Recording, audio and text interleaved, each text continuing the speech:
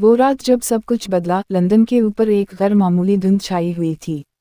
ये आम धुंध नहीं थी, ये गहरी घनी थी, जैसे कोई जिंदा चीज हवा में तीर रही हो। वॉन हेल्सिंग ने अपने होटल की खिड़की से बाहर देखा तो इसकी आंखों में फिक्र के गहरे हक़े उभर आए। वो जा रहा है, उसने आहिस्ता से कहा, जैसे खुद से बात कर रहा हो। उसी लम्हे मैना की चीफ ने खामोशी को चीर डाला। जोनाटन और बाकी सब इसके कमरे में दौड़े गए। मैना बिस्तर पर बैठी हुई थी, इसका सारा जिस्म कांप रहा था, आंखें फैली हुई थीं और उसके होंठों से एक हल्की सी आह निकल रही थी। वो चला गया, उसने लरजती हुई आवाज में कहा। लंदन छोड़ दिया, वापस जा रहा है। कहाँ? आर्थर ने पूछा, अपनी तलवार की मुट्ठी पकड़ता हुआ। अपने घर, अपने किले, ट्रांसिल्वानी। मैना की आंखों में आंसू थे, मगर ये गम के आंसू नहीं थे, ये राहत के आंसू थे। वो मुझे छोड़कर जा रहा है। मगर वॉन हेल्सिंग ने सर हिलाया। वो तुम्हें नहीं छोड़ रहा मैना, वो तुम्हें अपने साथ ले जा रहा है, तुम्हारे जहन में, तुम्हारे खून में। और वो जानता है कि हम इसका पीछा करेंगे। कॉनसी ने अपना बड़ा सामान का बैग उठाया। तो फिर हमें भी जाना चाहिए। अभी इंतज़ार करो, जोनाटन ने कहा, मैना के करीब जाते हुए। हम किस तरह जाना चाहते हैं? वो तो समंदर के रास्ते जा रहा होगा। नहीं, मैना ने कहा, इसकी आंखें बंद थीं, जैसे वो कुछ देख रही हो। वो जमीन के रास्ते जा रहा है। तेज, बहुत तेज। वो रातों को सफ़र करता है, दिन को सो जाता है। इसके पास अब सिर्फ 2 डब्बे बाकी हैं। वो इन्हें लेकर जा रहा है। वॉन हेल्सिंग ने फौरन फैसला किया। हमें वहां पहुंचना होगा जहां वो जा रहा है, इससे पहले कि वो अपने किले में पहुंचे। अगर वो किले में पहुंच गया तो हमारे लिए उसे मारना नामुमकिन हो जाएगा। अगले चंद घंटे तैयारी में गुजरे। वॉन हेल्सिंग ने ज़रूरी सामान जमा किया, मुक़द्दस मेज़बान के मज़ीद टुकड़े, चांदी के हथियार, लहसुन के हार और पुरानी किताबें जिनमें वेम्पायर के खिलाफ हिफाजती तदाबीर दर्ज थीं। कॉनसी ने अपने हथियारों की देखभाल की, आर्थर ने अपनी तलवार तेज की, और जोनाटन ने मैना को तैयार होते देखा। तुम वाकई हमारे साथ आ रही हो? इसने पूछा, आवाज़ में तशवीश थी। मैना ने सर हिलाया। मुझे जाना होगा। मैं ही वो वाहिद हूँ जो इसका रास्ता जानती हूँ। मैं ही वो वाहिद हूँ जो उसे रोक सकती हूँ। मगर तुम्हारी हालत, जोनाटन ने कहा, मैना के हाथों को पकड़ते हुए। वो अब भी ठंडे थे। मेरी हालत ही वजह है कि मुझे जाना चाहिए, मैना ने कहा, इसकी आंखों में एक अजीब सी इज़्म की चमक थी। अगर मैं नहीं गई तो वो हमेशा मेरे अंदर रहेगा। और मैं वापस नहीं आ सकूंगी। ट्रेन का सफ़र शुरू हुआ। लंदन से पहले पेरिस, फिर वियना, फिर बुदापेस्ट। हर मील के साथ हवा बदलती गई। लंदन की धुंध और नमी कम होती गई और इसकी जगह मशरक़ी यूरोप की ठंडी तेज़ हवा ने ले ली। मैना के लिए सफ़र अजाब था। हर गुजरते दिन के साथ इसके अंदर ड्रैकुला की मौजूदगी कम होने की बजाय बढ़ती गई। वो जानता था कि वो करीब आ रहा है। इसका घर, इसकी ज़मीन, वो हमें देख रहा है, मैना ने एक रात कहा जब ट्रेन तारीकी में दौड़ रही थी। वो जानता है कि हम कितने हैं, कहाँ हैं और कहाँ जा रहे हैं। हम उसे धोखा दे सकते हैं, वॉन हेल्सिंग ने कहा। हम रास्ता बदल सकते हैं। नहीं, मैना ने कहा, इसकी आवाज़ में यकीन था। वो मेरे जहन में है, वो सब कुछ देख सकता है। बुदापेस्ट में इन्हीं पहली रुकावट का सामना करना पड़ा।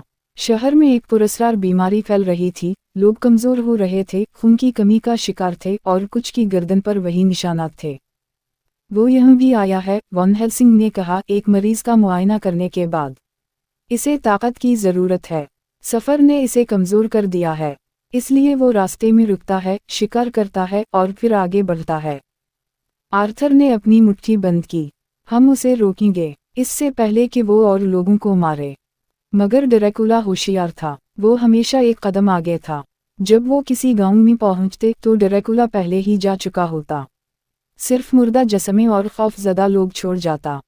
एक गांव में एक बूढ़ी औरत ने इन्हें बताया, वो रात को आया था। लंबा, सियाह कपड़ों में मलबूस। इसकी आँखें, खुदा की पनाह, इसकी आँखें सुर्ख थीं। इसने मेरे पोते को, उफ, मैं बता नहीं सकती। मैना ने औरत के हाथ पकड़े। वो किस तरफ गया? पहाड़ों की तरफ, बोर्गू पास के रास्ते। मगर तुम वहाँ मत जाना। वो रास्ता मुर्दा है, कोई जिंदा वापस नहीं आता।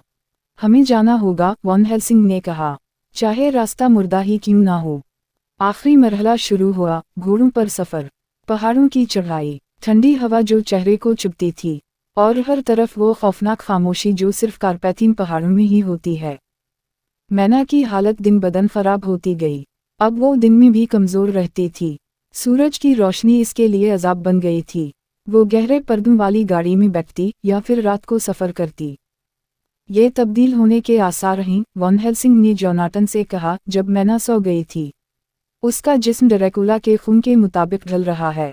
अगर हम जल्दी नहीं करते हम कर लेंगे, जोनाटन ने कहा, मगर उसकी आवाज़ में वो यकीन नहीं था जो इसके अल्फाज में था। आखिरी रात जब वो किले के करीब पहुंचे तो मैना ने अचानक चीख मारी।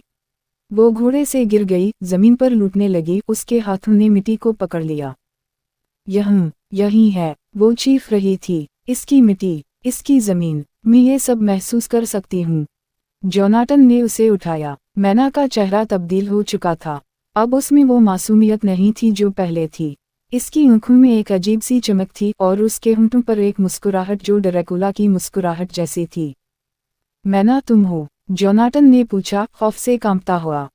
मैना, मैना, इसने कहा, मगर फिर इसकी आवाज़ बदल गई। और मैं भी, हम दोनों, हम एक हैं। वॉन हेल्सिंग ने फौरन मुक़द्दस मेज़बान का टुकड़ा आगे बढ़ाया। मैना चीखी पीछे हटी। नहीं, मुझे दूर रखो। तुम देख रहे हो, वॉन हेल्सिंग ने कहा, अभी भी वक्त है, अभी भी मैना मौजूद है।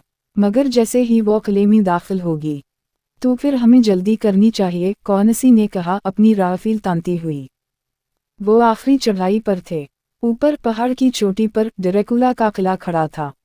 वही किला जहां से सब कुछ शुरू हुआ था। चंद की रोशनी में वो एक मुर्दा हाथी की तरह लग रहा था, बड़ा, खौफनाक और भूले हुए ज़माने की याद दिलाने वाला। मैना ने किले की तरफ देखा। इसकी आंखों में दो जज्बात थे, खौफ और तरफ। वो किले की तरफ खींची जा रही थी।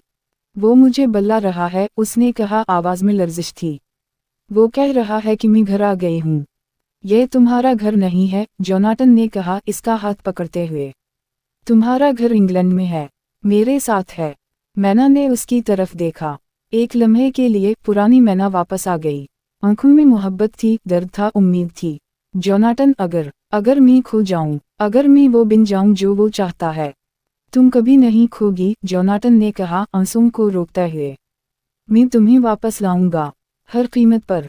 वॉन हेल्सिंग ने सबको इकट्ठा किया। अब हम किले में दाखिल होंगे, मगर याद रखो, ड्रैकुला अपनी ज़मीन पर है। यहाँ इसकी ताकत सबसे ज़्यादा है और वो हमारे आने का इंतज़ार कर रहा है। आर्थर ने अपनी तलवार निकाली। आज ख़त्म होगा, एक तरफ या दूसरी तरफ। कौनसी ने अपनी राफिल चेक की। मैं तैयार हूँ। मैना ने अपना सर झुकाया। मैं भी तैयार हूँ। और जोनाटन ने सिर्फ मैना की तरफ देखा। उसके लिए ये जंग सिर्फ ड्रैकुला के खिलाफ नहीं थी।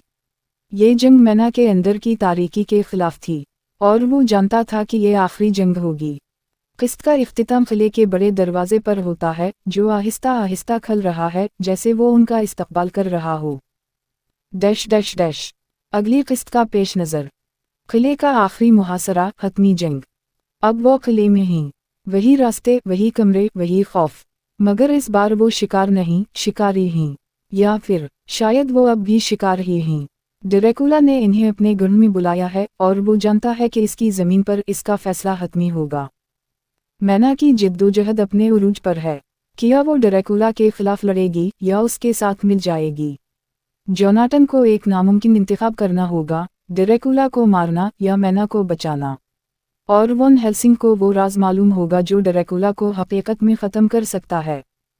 अगली किस्त में देखें, सदियों पुरानी दुश्मनी का हतमी तसादुम, मोहब्बत की आखिरी कुर्बानी और वो खौफनाक सच्चाई जो सब कुछ बदल देगी।